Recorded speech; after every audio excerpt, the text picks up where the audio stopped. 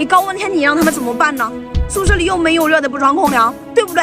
他们休息都休息不好，怎么好好上班呢？哥，你们怎么都在这厂区门口睡呀？这多危险呀！这是2块。2块不能在这睡，这多危险啊！干活累一天了，你们在哪上班呀？在这上班的，在厂区上班。对。哎呦，在这工厂上班的，那在这工厂上班怎么不回去睡啊？工厂厂区也凉快。没有空调，宿舍太热了里面。宿舍太热了。对。不可能啊，这个厂区我知道的呀，不可能没有空调的呀。没有，你可以看到没有。反映很多次了。20天前最晚的那一批也装好了呀。没有。那睡在这肯定不行，又危险又累一天了，休息不好。你们先起来，我给你们打电话问问清楚，好不好？好。谁知道问到自己员工了，你给赵主管打个电话叫过来，问问怎么回事，叫过来。好的，组长。快点啊。伙食吃的怎么样？挺好，很好。挺好的。哦，就是这个睡的时候，对，不太好。松能。哎，这个空调怎么回事？他们怎么都睡在外面呢？没装吗？说话呀！还没有装。为什么没装了？1个月前钱就已经拨过去了呀。不是，你一个大男人磨磨唧唧的干什么？有什么事情说什么事情啊？那个钱我用了。你用了？不是，你用在哪里了？前几天我妈妈检查出病了，然后医院要交手术费，我拿着那个钱交手术费吧。妈妈生病了，严不严重？挺严重的，不过现在好多了。不是，你有什么事情你应该跟我说的，你应该来跟我沟通的呀。你处理事情你应该有个好的处理方式，选择一个好的处理方式，对不对？你明明给我打一个电话，跟我说清楚情况就能解决的事情，为什么非要选择这个处理方式呢？有没有想过对你舅母心切？是不是？你百善孝为先，你做到了一个儿子该做的责任。那你有没有想过，你看看你怎么选择这个处理方式，选择他们装空调的钱去解决呢？明明可以一个很小的问题找我就可以解决的呀。那时候医院太着急了，需要交钱。太着急了，你给我打一个电话，以后详细的事情跟我说一下，钱不就到了吗？是不是？你现在搞得适得其反，你现在空调给他们装20多度的天气，现在还好。你要是说过几天高温了，你有没有看天气预报？你高温天你让他们怎么办呢？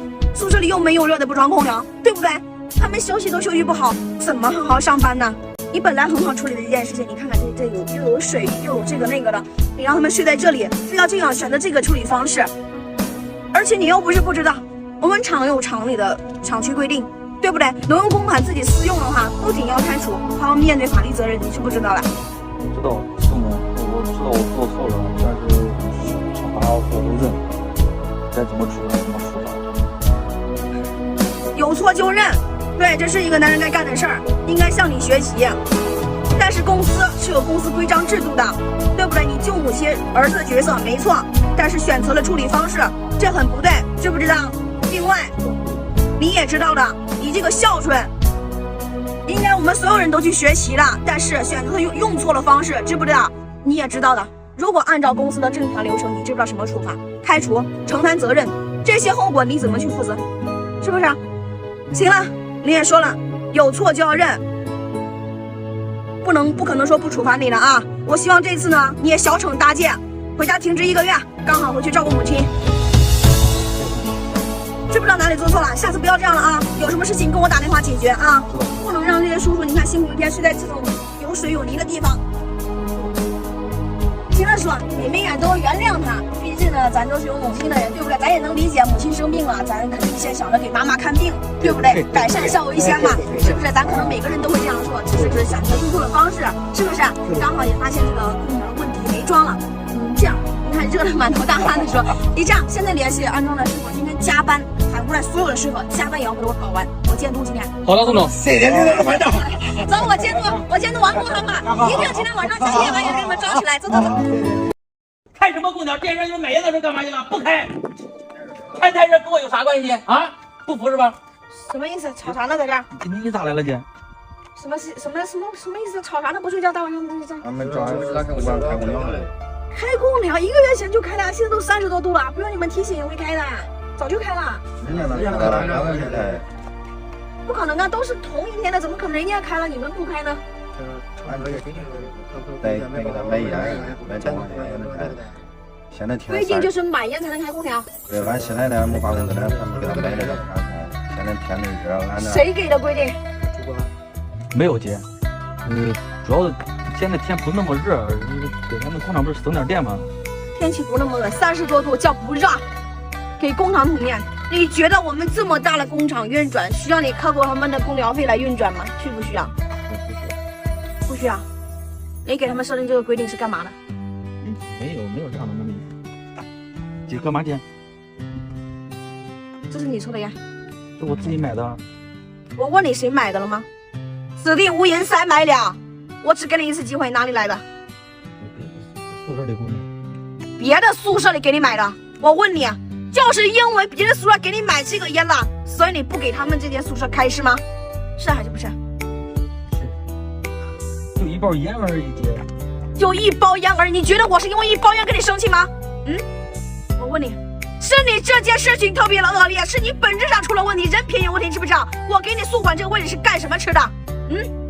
是不是他们还小？我是不是说他们现在的这一批孩子还小，让你带领他们，让你带领他们去学习，带领他们去进步？你是这么进步，这么去学习的，你倒好。给他设定规矩，你是这么做老大哥的，让他给你买烟，就这个不要了，这种享受。来，你看了吗？多大了都19，都从哪里来的？听到了吗？19岁，背井离乡过来打工，一个月才赚多少钱？让他给你买这么好的烟。我问你，19岁人家为什么选择背井离乡，选择我们工厂？知道为什么吗？是因为相信我们工厂。你因为一件小事你这么对待人家，你觉得他怎么以后相信我们工厂？会不会还行？你连最起码的空调你都给人家提供不了，人家怎么好好休息？怎么好好睡觉？这么小的孩子还在长身体哎！如果说人家父母知道这件事情，会不会还信？以后还会不会相信我们工厂？告诉我。不让他们买了，你觉得是这样的处理方式吗？你的人品已经特别恶劣，是你人有问题，懂吗？我问你，如果是你也是你如果说你的孩子是你遭受这样待遇，30多连空调都没有，你会不会让他去工厂？你这是在给公司抹黑。现在30多度，我理解很高温，一个宿舍4个人，如果说在高温的情况下，他们4个人出了任何意外，你能承担起这个责任吗？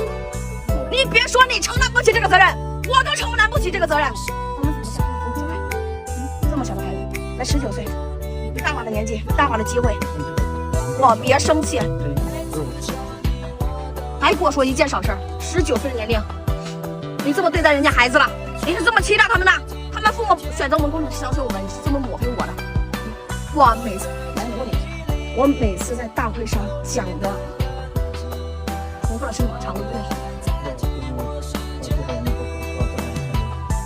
19岁你这么对待，你就是这么把他们当家人看待的。我把你当成家人看待，我把所有的员工当成家人看待，你把他们当成家人看待了吗？有没有？有没有？我甚至还把它设置成常规规定，不管是新老员工，但凡进工厂的第一天起，我们都要把他当成家人，这样他们才会把公司带动家，是还是不是？我让你是来背的，我上台听的，你实施了吗？你做到了吗？你现在本性已经爆出来，你现在是抱怨，以后更不敢想象。我是绝对不会允许你这样的人继续留在公司的，懂吗？一颗臭豆腐，把你给我整，你给我讲。现在我是不想看到你。我是亲表弟啊，表姐。2。好。你们年龄还小，有些事情以后要及时跟我沟通的，知不知道啊？我办公室就在2楼啊，以后有什么事情要过来跟我说的，不能憋着藏着不说的。这个问题要及时去改正整顿的这种作风，是不是啊？那不敢说。不敢说，以后有什么事情直接来找我，知不知道？没有人能欺负你们。你们相关宿舍，我把这个事情再去整理一下，其他宿舍我也去看看，把空调能不能打开。好的，宋总。好了，早点去休息。去。谢谢老师。哎，朱总，我马上到。我有点事，晚一点找我好吧？朱总，这样子吧，那我等1个小时到。好的。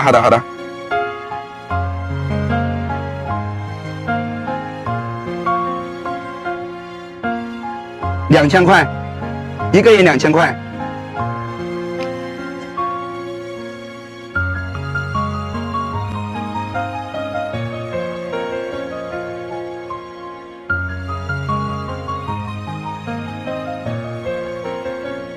喂，小杨。走。我在公司楼下，马上来我这里一趟，马上来。好的，马上来。看到很早啊，我问你，他们这帮聋哑人，你给他们发了多少钱？ 5000，你确定？现在你在这里干什么？你这帮人干嘛？我再问你一遍，他们这帮聋哑人，你一个人跟他们发了多少钱工资？ 6000，你确定？